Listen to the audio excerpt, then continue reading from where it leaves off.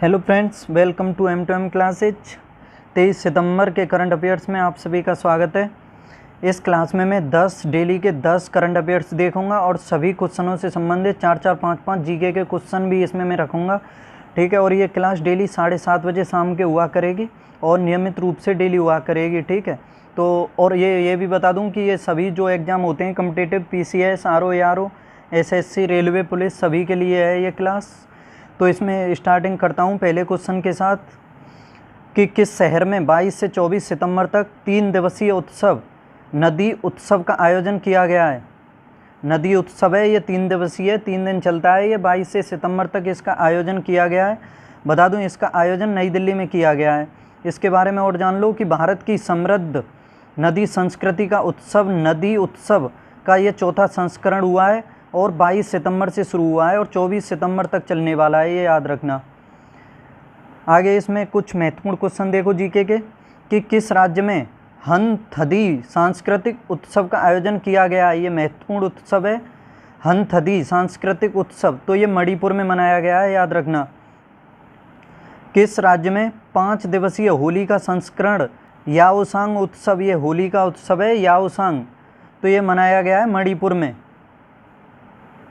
भारत के स्वतंत्रता दिवस के उपलक्ष्य में भारत उत्सव कहाँ प्रारंभ हुआ है। भारत उत्सव ये दुबई में हुआ है। भारत उत्सव जो भारत का स्वतंत्रता दिवस है उसके उपलक्ष्य में, याद रखना। किस केंद्रीय मंत्री द्वारा डिजिटल भुगतान उत्सव लॉन्च किया गया है। तो अश्विनी वैष्णव के द्वारा, जो रेल मंत्री हैं उनके द्वारा डिजिटल भुगतान उत्सव लॉन्च किया गया है। आगे सेकंड क्वेश्चन देखो, इसमें किस वैज्ञानिक को बॉललॉग फील्ड अवार्ड 2023 के प्राप्तकर्ता के रूप में चुना गया है। बॉललॉग फील्ड अवार्ड 2023 का, तो याद रखना इसके लिए चुना गया है स्वाति नायक को चुना गया है और ये उड़िया वैज्ञानिक हैं स्वाति नायक। इनको बॉललॉग फील्ड अवार्ड 2023 के लिए चुना गया है, याद रखना। स्वाति नायक वर्तमान में फिलीपींस स्थित CGIAR international rice research and institute में बीज प्रणाली और उत्पाद प्रबंधन के लिए एक वैज्ञानिक और दक्षिण एशिया प्रमुख के रूप में कार्यरत हैं, याद रखना। और फिलीपींस की राजधानी मनीला में बताओ क्या है, चावल।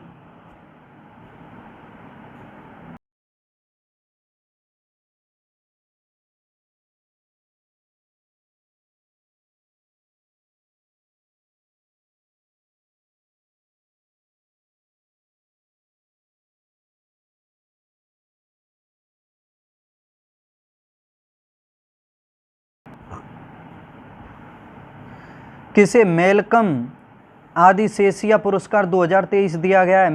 मेलकम आदिशेषिया, ये उत्साह पटनायक को।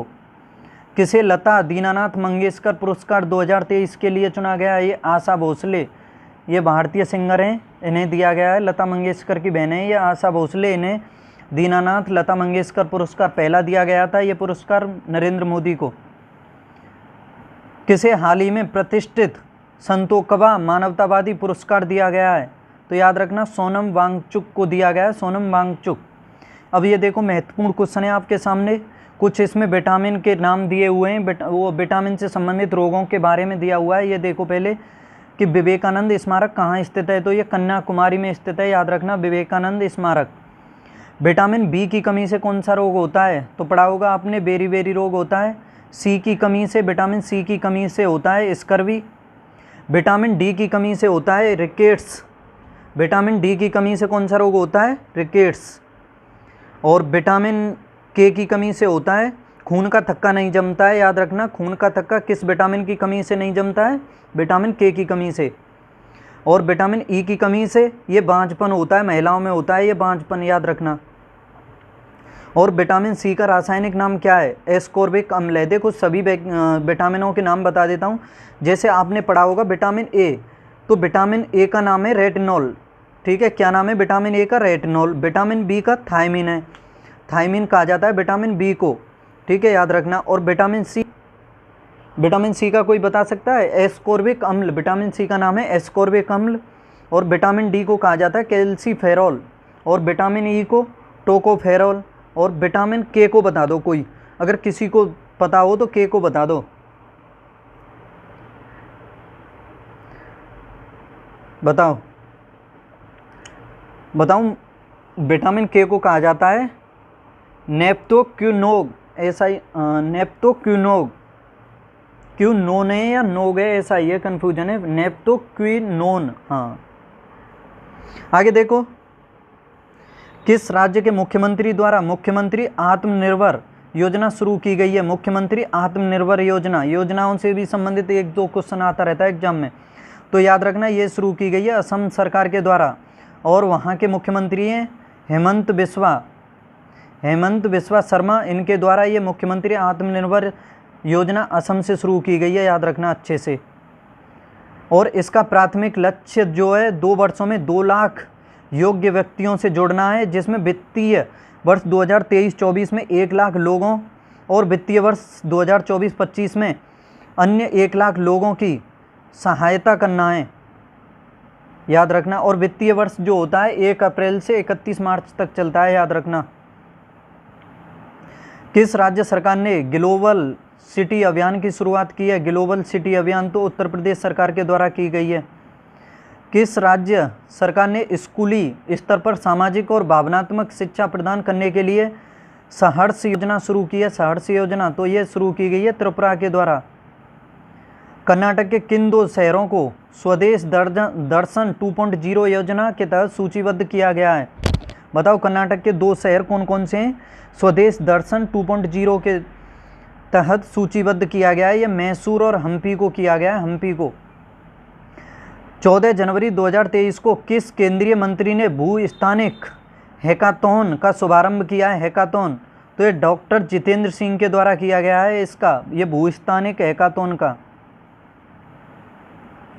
आगे क्वेश्चन नंबर 4 देखो, कहाँ आयोजित पॉल्यूशन रेस्पॉन्स टेबल टॉप अभ्यास में प्रदूषण नियंत्रण पोत समुद्री प्रहरी ने हिस्सा लिया है? बताइए, समुद्री प्रहरी ने कहाँ पर पॉल्यूशन रेस्पॉन्स टेबल टॉप अभ्यास में प्रदूषण नियंत्रण में हिस्सा लिया है?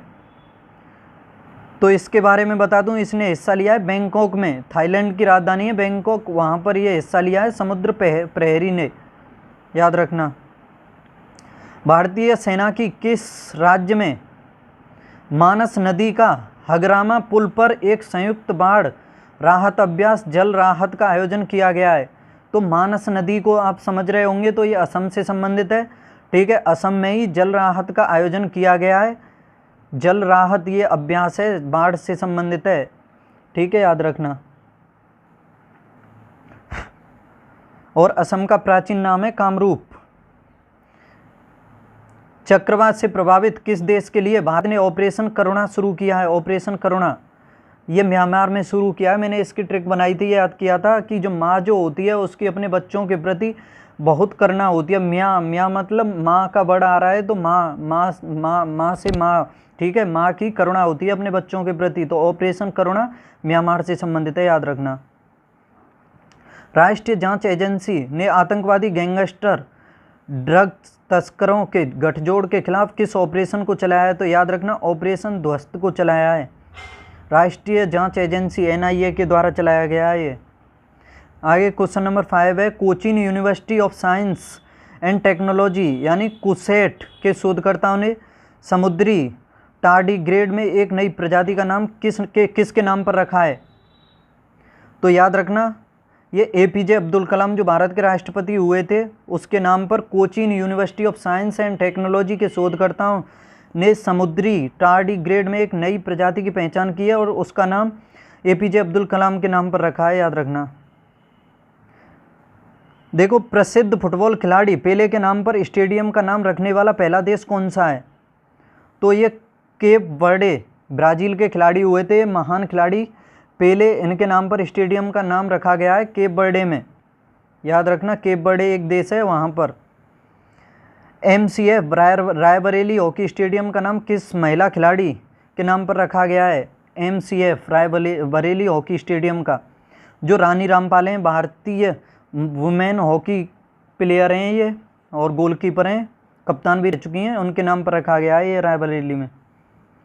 सचिन तेंदुलकर के 50वें जन्म दिवस पर किस क्रिकेट स्टेडियम में उनके नाम पर स्टैंड का नाम रखा गया है? तो याद रखना शारजहाँ स्टेडियम में रखा गया है ये नाम। और ये बता दो मुझे शारजहाँ स्टेडियम कहाँ पर है। क्वेश्चन नंबर 6 देखो,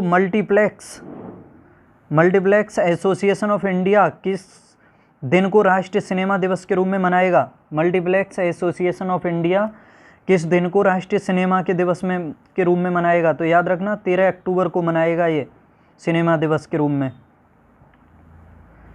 संयुक्त राष्ट्र महासभा ने किस दिन को विश्व सतत परिवहन दिवस के रूप में घोषित किया है। संयुक्त राष्ट्र महासभा के द्वारा विश्व सतत परिवहन दिवस के रूप में घोषित किया गया है 26 नवंबर को। भारत ने चंद्रयान 3 की चंद्रमा पर लैंडिंग के सम्मान में किस दिन को राष्ट्रीय अंतरिक्ष दिवस घोषित किया है। तो याद रखना 23 अगस्त को घोषित किया है, क्योंकि 23 अगस्त को ही इसकी वो चंद्रमा पर पहुंचा था ये। भारत और एशियन डेवलपमेंट बैंक यानी एडीबी ने साथ मिलकर किस शहर में जलवायु परिवर्तन और स्वास्थ्य केंद्र खोलने की घोषणा की है। तो ये नई दिल्ली में, भारत की राजधानी में। क्वेश्चन नंबर 7 देखो, किस राज्य सरकार ने फाइल प्रबंधन में तेजी लाने के लिए अधिकारी डेस्क प्रणाली को शुरू करने की घोषणा की है। अधिकारी डेस्क प्रणाली बताओ किस राज्य सरकार ने। तो याद रखना उत्तर प्रदेश सरकार के द्वारा, वहाँ के मुख्यमंत्री योगी आदित्यनाथ की सरकार ने फाइल प्रबंधन में तेजी लाने और फाइलों के निपटान में पारदर्शिता सुनिश्चित करने के लिए जल्द ही राज्य में एक अधिकारी डेस्क प्रणाली शुरू करेगी। याद रखना। अंधता नियंत्रण पॉलिसी लागू करने वाला देश का पहला राज्य अंधता नियंत्रण ये राजस्थान बना है। किस राज्य ने साझा स्कूल बस प्रणाली और कृषि प्रतिक्रिया वाहन योजना लॉन्च की है। मेघालय ने लॉन्च की है। किस केंद्रीय मंत्री द्वारा स्टार्टअप मेंटरशिप के लिए मार्ग पोर्टल लॉन्च किया गया है। देखो महत्वपूर्ण है ये क्वेश्चन। मार्ग पोर्टल किस केंद्रीय मंत्री द्वारा स्टार्टअप मेंटर के लिए लॉन्च किया गया है। तो याद रखना पीयूष गोयल के द्वारा शुरू किया गया है और ये कपड़ा मंत्री हैं। किस राज्य के या केंद्र शासित प्रदेश की पुलिस ने साइबर कांग्रेस पहल लॉन्च की है। तो तेलंगाना की सरकार ने लॉन्च किया है ये। क्वेश्चन नंबर 8 देखो, किसे सत्यजीत रे फिल्म और टेलीविज़न संस्थान के अध्यक्ष के रूप में नामित किया गया है। सत्यजीत रे फिल्म और टेलीविज़न संस्थान के लिए तो ये नामित किया गया है सुरेश गोपी को। याद रखना। किसे राष्ट्रीय राइफल एसोसिएशन ऑफ इंडिया के अध्यक्ष के रूप में नियुक्त किया है। कलकेश नारायण को। किसे एलआईसी का नया मुख्य निवेश अधिकारी नियुक्त किया है एलआईसी का। तो ये रत्नाकर पटनायक को किया है। रत्नाकर पटनायक। किसे यूएस इंडिया टास्क फोर्स में नामित किया गया है। यह किया गया है नीली बेंदापुंडी को। किसे राष्ट्रीय तकनीकी अनुसंधान संगठन के अध्यक्ष के रूप में नियुक्त किया गया है। अरुणा सिन्हा को। क्वेश्चन नंबर 9 देखो, सांकेतिक भाषाओं का अंतर्राष्ट्रीय दिवस कब मनाया जाता है।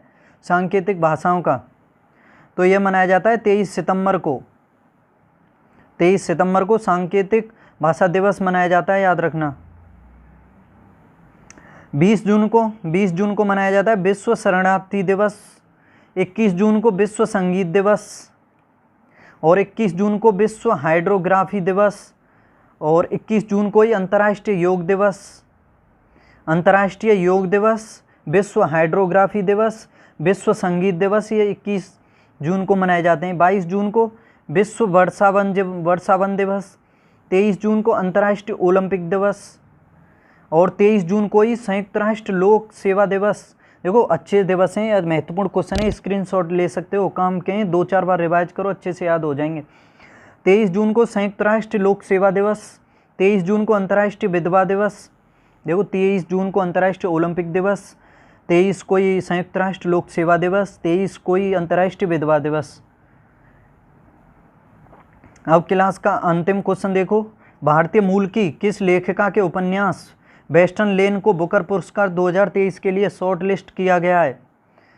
बताओ भारतीय मूल की कौन लेखिकाएं, उपन्यास है उनका वेस्टर्न लेन को बुकर पुरस्कार, उनके उपन्यास वेस्टर्न लेन को बुकर पुरस्कार 2023 के शॉर्ट लिस्ट किया गया है 23 के लिए। तो याद रखना ये चेतना मारू हैं, भारतीय मूल की ब्रिटिश लेखिका चेतना मारू के पहले उपन्यास बेस्टन लेन को बुकर पुरस्कार 2023 के लिए शॉर्ट लिस्ट किया गया है। याद रखना 8 वर्षों में पहली बार इस लिस्ट में पुरुष लेखकों को भी शामिल किया गया है। और बुकर पुरस्कार 2023 के विजेताओं की घोषणा 26 नवंबर को की जाएगी। याद रखना अच्छे से। अब ये किस भारतीय म्यूजिक कंपोजर ने एल्बम डिवाइन टाइडस के लिए सर्वश्रेष्ठ इमर्सिव ऑडियो एल्बम के लिए ग्रैमी अवार्ड 2023 जीता है? बताओ। तो याद रखना ये रिकी केज ने जीता है। ये भारतीय म्यूजिक कंपोजर हैं, याद रखना। आगे देखो, मातृभूमि इंटरनेशनल फेस्टिवल ऑफ लेटर्स के चौथे संस्करण के दौरान किसने मातृभूमि बुक ऑफ द ईयर पुरस्कार 2023 जीता है? तो याद रखना डॉक्टर पैगी मोहन ने जीता है। किस कंपनी ने लगातार छठे वर्ष एटीडी बेस्ट अवार्ड 2023 जीता है? तो एनटीपीसी ने जीता है। याद रखना एनटीपीसी लिमिटेड ने लगातार छठे वर्ष एटीडी बेस्ट अवार्ड। किसे राजा राम मोहन राय 2023 पुरस्कार दिया गया? एवी के प्रसाद को। अब ये देखो, हड़प्पा सभ्यता किस युग की है? तो कांस्य युग की है। याद रखना हड़प्पा सभ्यता की खोज 1921 में हुई थी। हड़प्पा निवासी किस प्रमुख धातु से अपरिचित थे?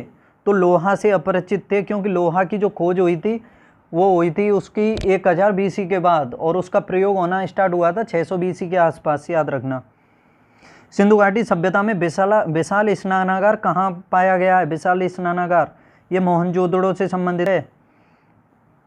भारत में खोजा गया सबसे पुराना शहर ये हड़प्पा है। और हड़प्पा सभ्यता में हल से जोते गए खेत के साक्ष्य कहाँ से मिले हैं? तो ये कालीबंगा से मिले हैं। याद रखना। तो अब ये क्लास आपको कैसी लगी? ये महत्वपूर्ण क्वेश्चन मैंने आपके सामने डिस्कस किए, और ये आपके लिए क्वेश्चन है आपके सामने कि योजना आयोग की स्थापना किस समिति की सिफारिश पर की गई है? बताओ, योजना आयोग की स्थापना किस समिति की सिफारिश पर की गई है? सही जवाब इसका आप कमेंट बॉक्स में बताइए, और आगे फिर अगली क्लास में मैं इसका आपके बारे में आपको बताऊंगा। ठीक है, तो फिर मिलते हैं आज कल 24 सितंबर की करंट अफेयर्स में। अच्छी लगी हो तो चैनल को सब्सक्राइब कर लो, लाइक शेयर भी कर दो। Okay, bye.